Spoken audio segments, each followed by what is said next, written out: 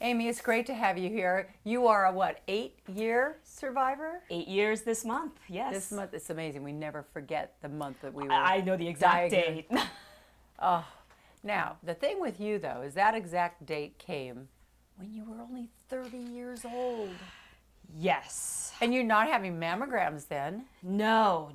I found a lump in the shower one random day. It was a complete surprise. A little bit of background on me. I'm adopted, and so unfortunately, I don't have any family history, from a medical standpoint. So my entire life, always been very healthy, always been very active, very relatively fit. And when I found it, I was completely surprised, and I didn't think too much of it, but fortunately I went to my doctor, and next thing I know. You know, I don't know if most women realize it, but there are more breast cancers found in self-exams or partner exams and diagnostic breast exams than there are in mammograms.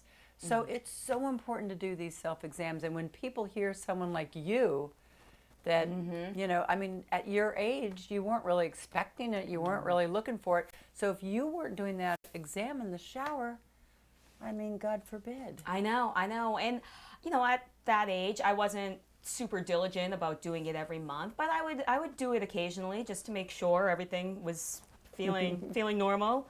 And depending, of course, on various times of the month that a woman goes through, things can change and alter. And yeah, I found it.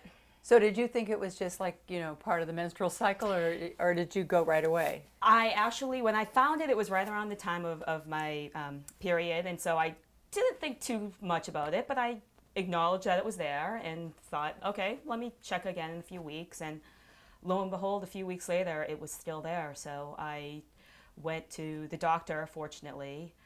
At the time, I was actually working full time, but going to culinary school in the evenings. And after about 8 months of doing that, I realized I need to just focus on one or the other. So I had given notice and quit my job.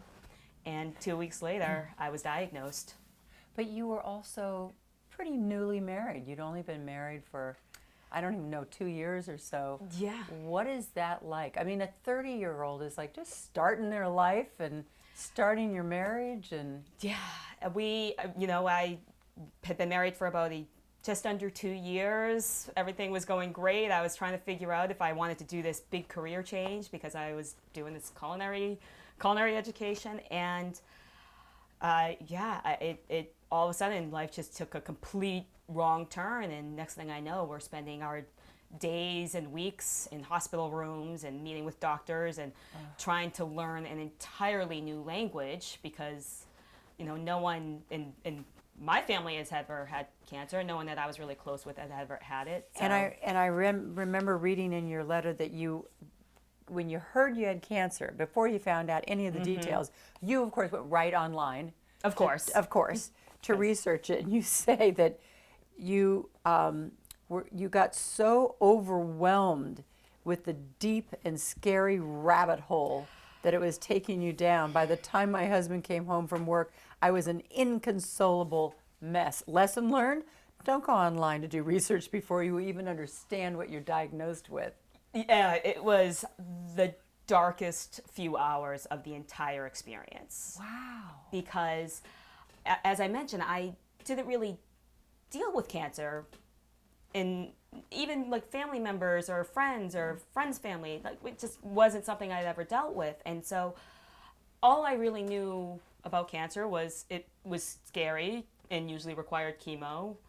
And, you know, it's just the big C. But there was no more context or no more understanding. And so I am by nature a planner and a researcher. So I want to learn as much as I can.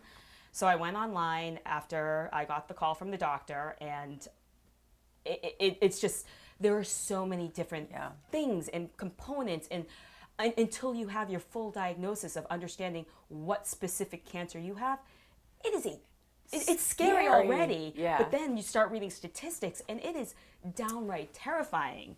So my poor husband came home, and I was non-functioning, and he's just like, Aimee, he's said, he looked at me, he's just like, do not ever do that again. And I was like, I know, you're right, I'm not going to. It was just awful. Was he your rock through all of this? He was amazing. And it is really the only time I am getting emotional right now. It's the only time I really get emotional when I talk about going this whole experience of having breast cancer and going through treatment and having my surgery, is when I think about how absolutely amazing my husband has been. He was so incredibly supportive, and to be only married for less than 2 years to go through this, and we're just like, hey, life is great, and then all right, let's just, so you have to sit in the hospital for 6 hours while I have surgery. I mean, he was just incredible, and I was very fortunate because I had a huge support circle of friends and families, but to have him by my side was just amazing. And for me, I can't imagine having to do this by myself. I really can't, and I'm sure you probably had a similar experience. So I did exactly like you, and my husband was my rock, and my older daughters, they were at every appointment with me. But the sad thing for me is that I hear from women all over the country, and sometimes I'll never forget reading one day a Facebook message saying, I saw you today on TV, and you were asked what the most important thing was, and you said it was your family support, and I think that's great for you, but just remember, there are a lot of us out here who are, don't have husbands. We're supporting our kids. We're trying to pay the rent and go through chemo at the same time. And when I hear you say that, it makes me sad.